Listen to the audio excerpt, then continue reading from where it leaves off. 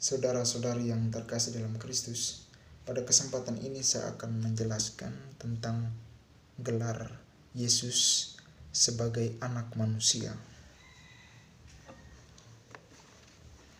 Kata anak manusia dari bahasa Aramnya Barnasya atau Ibrani ben Adam, artinya orang, wong kalau dalam bahasa Jawa, anak wong, anggota umat manusia.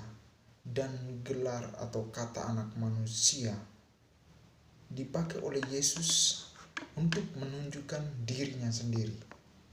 Kita bisa melihatnya dalam Lukas bab 12, Lukas bab 12 ayat 8, dan dalam Matius bab 10 ayat 32. Kita buka yang pertama dalam Lukas bab 12 ayat 8.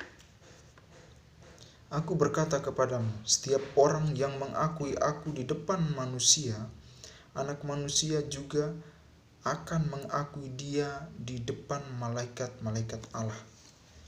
Kalimat ini juga berhubungan langsung atau berkaitan erat dengan Lukas bab 12, Matius bab 10 ayat 32.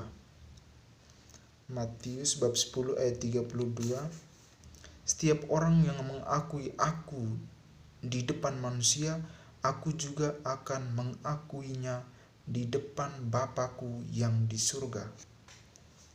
Saudara-saudari yang terkasih dalam Kristus, pernyataan ini semacam eufemisme. Eufemisme itu artinya bentuk perendahan diri Yesus atau bentuk perendahan diri Allah dalam mewartakan kerajaan Allah. Sebutan anak manusia berasal dari Yesus sendiri. Dan kita sudah mendengar tadi Yesus sendiri mengungkapkan. Dan dalam Markus bab 14 ayat 62 kalau saya tidak salah, anak manusia sama dengan Mesias dalam kaitannya dengan Daniel bab 7 ayat 13 sampai 14 yang menyatakan bahwa anak manusia dihubungkan dengan kemuliaan pada zaman eskatologis. Tapi oleh Yesus, anak manusia itu harus menderita. Dan kita membaca dalam kitab suci sendiri, jemaat Kristiani menggunakan anak manusia sebagai pengakuan bahwa Yesus tokoh eskatologis yang akan melaksanakan penghakiman pada akhir zaman. Kita melihat dalam Matius bab 25 ayat 31 sampai dengan 36. Sesudah kebangkitan, Yesus tampil sebagai Tuhan yang mulia. Dan oleh para murid, kata anak manusia dipakai oleh mereka kalau berbicara atas nama Yesus.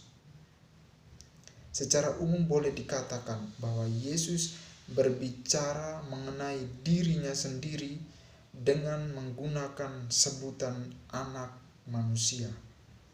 Fakta bahwa gereja purba tidak mempergunakan anak manusia sebagai gelar Kristus merupakan argumen yang kuat untuk mempertahankan bahwa sebutan itu berasal dari Yesus.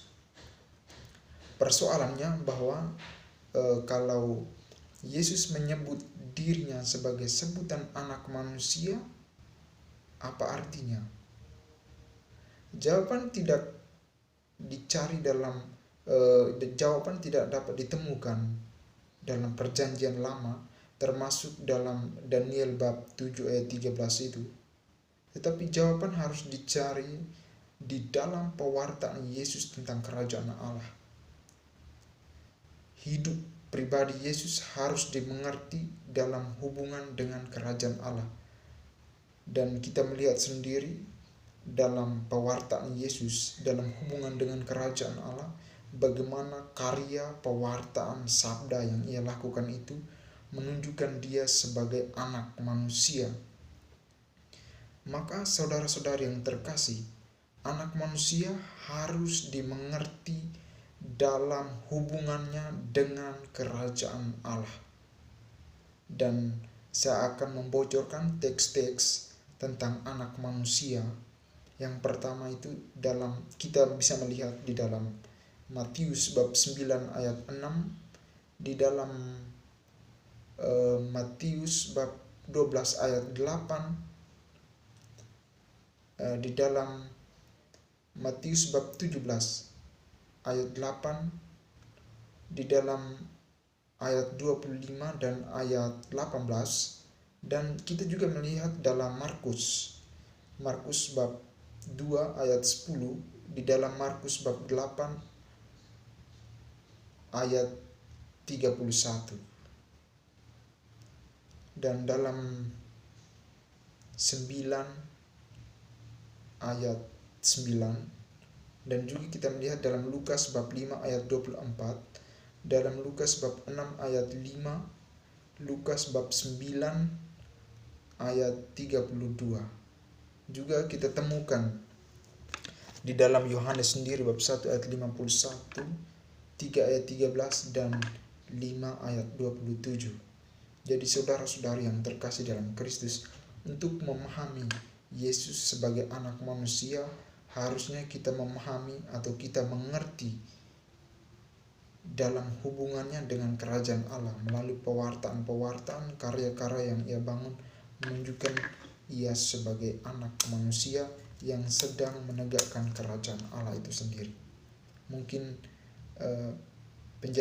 penjelasan saya ini masih kurang atau tidak membantu. Mohon kritikan dari saudara-saudara yang percaya kepada Yesus.